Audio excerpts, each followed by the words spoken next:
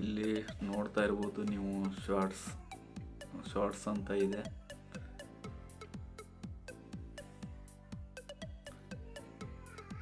ಇಲ್ಲಿ ಶಾರ್ಟ್ಸ್ ಅಂತ ಇದೆ. ಇದರಲ್ಲಿ ಏನಪ್ಪ ಅಂದರೆ ನಮಗೆ ಬೇಕಾಗಿರೋ ವಿಡಿಯೋ ಯಾವುದೇ ಆಗಲಿ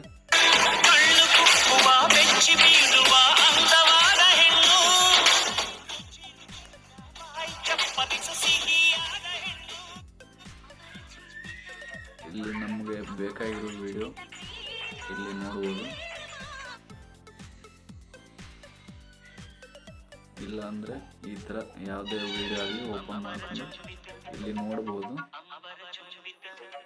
ಇದರಲ್ಲಿ ಗ್ರೀನ್ ಸ್ಕ್ರೀನ್ ಅಂತ ಕಾಣ್ತಾ ಇದೆ, ಆದರೆ ಇದರಲ್ಲಿ 15 ಸೆಕೆಂಡ್ ಮಾತ್ರ